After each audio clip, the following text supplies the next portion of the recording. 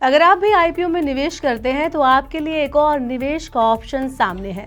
बीते साल हमने कई बड़े बड़े आईपीओ देखे जिसमें कई इन्वेस्टर्स को अच्छा खासा रिटर्न मिला और अब एक और आईपीओ मार्केट में आ रहा है जो ओनिक्स रिन्यूएबल का आईपीओ है। तो चलिए बात करते हैं कि इस कंपनी के बारे में और आपको बताते हैं कि कब आ रहा है इस कंपनी का IPO. Hello and welcome to money 9। मैं हूं मीनू शर्मा। गुजरात की renewable energy company Onix renewable अब शेयर बाजार में धमाल मचाने की तैयारी में है। सोलर मॉड्यूल बनाने और सोलर एनर्जी प्रोजेक्ट में तेजी से उभरती इस कंपनी ने जुलाई तक 1000 करोड़ का आईपीओ लाने की योजना बनाई है। अभी किस डेट को ये आईपीओ आने वाला है ये अभी इस बात की कोई घोषणा नहीं की गई है। बस इतना पता है कि कंपनी का आईपीओ जुलाई में आएगा। कंपनी का लक्ष्य है कि इस आईपीओ के जरिए वो 10,000 करोड़ के वैल्यूएशन तक पहुंचना चाहती है। ऐसे में आईपीओ के जरिए कमाई करने वालों के लिए निवेश का एक और अच्छा मौका हो सकता है। अगर आप इस आईपीओ में दांव लगाने का प्लान बना रहे हैं तो कंपनी क्या करती है और उसकी क्या योजना है, चलिए इस पे बात करते हैं। अब करते हैं काम की बात कि आईपीओ से क्या होगा फायदा। तो इस आईपीओ से जुटाई गई रकम को कंपनी अपने प्रोजेक्ट को और बड़ा करने और सौर ऊर्जा के कारोबार को मजबूत करने में लगाएगी। कंपनी के सीईओ हार्दिक अधिया ने बताया कि कंपनी की ऑर्डर बुक 14,000 करोड़ रुपए की है, जिसमें सोलर, हाइब्रिड और बैटरी एनर्जी स्टोरेज प्रोजेक्ट शामिल है। आईपीओ के जरिए कंपनी इक्विटी निवेश और ईपीसी बिजनेस के लिए वर्किंग कैपिटल जुटाएगी। पिछले वैल्यूएशन में कंपनी की कीमत 6,250 करोड़ रुपए थी, लेकिन आईपीओ के बाद इसके 10,000 करोड़ रुपए होने का लक्ष्य हासिल करने की उम्मीद है। उन्होंने ये भी बताया कि आईपीओ के बाद प्रोमोटर्स की हिस्सेदारी 72% से घटकर 62% हो जाएगी। कंपनी मार्च के दूसरे या तीसरे हफ्ते में डीआरएचपी यानी draft red herring prospectus file कर सकती है। चलिए अब आपको बताते हैं कि कैसे बना सोलर एनर्जी का दिग्गज, यानी कि ये कंपनी कैसे बनी है इतनी बड़ी solar energy company. Onix renewable की शुरुआत साल 2007 में हुई थी। कंपनी एक साधारण ट्रांसमिशन और डिस्ट्रीब्यूशन कॉन्ट्रैक्टर के तौर पर काम करती थी, लेकिन कंपनी ने धीरे धीरे सोलर मॉड्यूल मैन्युफैक्चरिंग के साथ साथ इंडिपेंडेंट पावर प्रोडक्शन यानी आईपीपी के क्षेत्र में कदम रखा।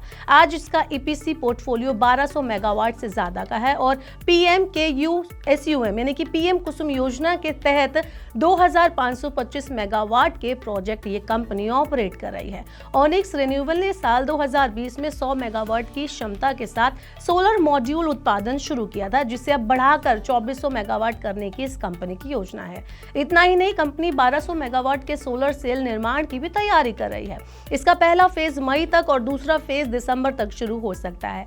कंपनी अब ग्रीन हाइड्रोजन के सेक्टर में भी कदम रखने जा रही है। इसके लिए 30,000 करोड़ रुपए के इन्वेस्टमेंट से 1 लाख मीट्रिक टन की उत्पादन क्षमता वाला एक मेगा प्रोजेक्ट प्लान किया गया है।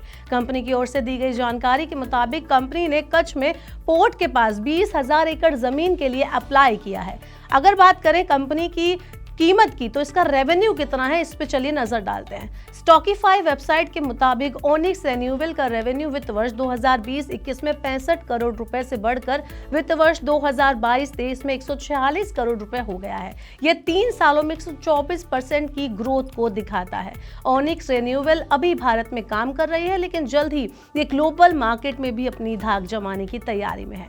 कंपनी ने थाईलैंड में एक सब्सिडरी बना ली है, ब्राजील में कंपनी स्थापित करने के प्रोसेस में चल रही है। इसके अलावा अमेरिका में भी रजिस्ट्रेशन हो चुका है। कंपनी का गोल प्रोडक्शन बढ़ाने पर सोलर मॉड्यूल को ग्लोबल मार्केट में एक्सपोर्ट करने का है। इससे कंपनी रिन्यूएबल एनर्जी के सेक्टर में और ज्यादा तेजी से आगे बढ़ सकेगी। क्या आप भी आईपीओ में निवेश करते हैं और आपका इस कंपनी के आने वाले आईपीओ के बारे में क्या कहना है, आप हमें कमेंट बॉक्स में बताएं। और ऐसी और वीडियोस के लिए मनी 9 लाइव वेबसाइट पर जरूर जाएं, ऐसी और खबरों को पढ़ें, वहां से जानकारी हासिल करें और वीडियोस के लिए देखते रहिए मनी 9। मंच है तैयार फाइनेंशियल फ्रीडम समिट 3.0 के लिए। यहाँ जुड़ेंगे दिग्गज और होगी पैसों की बात।